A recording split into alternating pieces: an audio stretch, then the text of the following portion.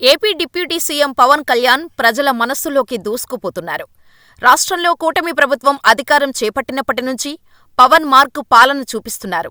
గతంలో పాలనా అనుభవం లేకున్నా ఆయన చేస్తున్న పనులతో ప్రజా హృదయాలు దోచుకుంటున్నారు. పవన్ చేస్తున్న ప్రజాసేవకు ప్రతి ఒక్కరూ ఫిదా అవుతున్నారు. బాధితులు వచ్చి మాకు ఈ ఇబ్బంది ఉంది అని చెప్పుకుందాం అనుకునేలోపు పవన్ స్వయంగా సమస్యపై స్పందిస్తున్నారు. ఈ క్రమంలో పవన్ సొంత నియోజకవర్గం పిఠాపురంలో ఓ రాజకుటుంబానికి చెందిన ఓ వృద్ధురాలి ఆవేదనను చూసి చలించిపోయారు. ఆమెకు న్యాయం జరిగేలా చూడాలని అధికారులను ఆదేశాలు జారీ చేశారు. పవన్ నియోజకవర్గమైన పిఠాపురంలో విన్నపాల చంద్రలేఖ అనే వృద్ధురాలు ఉంటుంది. ఆమె తన పూర్వీకుల నుండి వచ్చిన ఇంట్లో కుటుంబంతో ఉంటుంది. అయితే గత 50 ఏళ్లుగా విన్నపాల చంద్రలేఖ ఇక్కడ ఉంటున్నారు. ఈ మధ్య కొందరు కబ్జాదారులు వచ్చి ఈ ఇల్లు మాది అంటూ బెదిరింపులకు గురిచేస్తున్నారు. అంతేకాదు వృద్ధురాలి కొడుకులను సైతం వారు బెదిరించారు. అంతేనా, వృద్ధురాలిని కూడా చూడకుండా ఆమెపై దాడి చేశారు.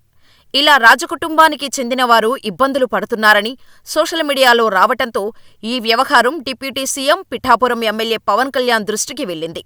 అంతే, వెంటనే ఆయన ఆ మహిళకు న్యాయం జరిగేలా చూడాలని, ఇంటి సమస్య వెంటనే పరిష్కరించాలని అధికారులను ఆదేశించారు. ఇలా ఈ ఇష్యూలోకి పవన్ రావటంతో సీను మొత్తం మారిపోయింది.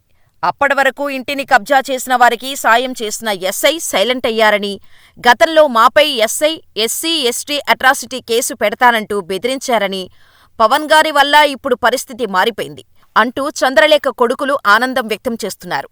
ఇదిలా ఉంటే పవన్ చెప్పిన వెంటనే కాకినాడ ఆర్డీఓ అధికారులు పిఠాపురంలోని చంద్రలేఖ ఇంటికి వెళ్లి వివరాలు సేకరించారని సమాచారం. అంతేకాదు, ఇంటికి వివాదం పిఠాపురం జూనియర్ సివిల్ కోర్టులో ఉండటంతో చంద్రలేఖ కుటుంబాన్ని ఇబ్బంది పెడితే ఊరుకోమంటూ కబ్జాదారుడికి అధికారులు వార్నింగ్ కూడా ఇచ్చారట. దీంతో తమకు అండగా నిలిచిన పవన్ కళ్యాణ్కు చంద్రలేఖతో పాటు కుటుంబ సభ్యులు కృతజ్ఞతలు చెబుతున్నారు.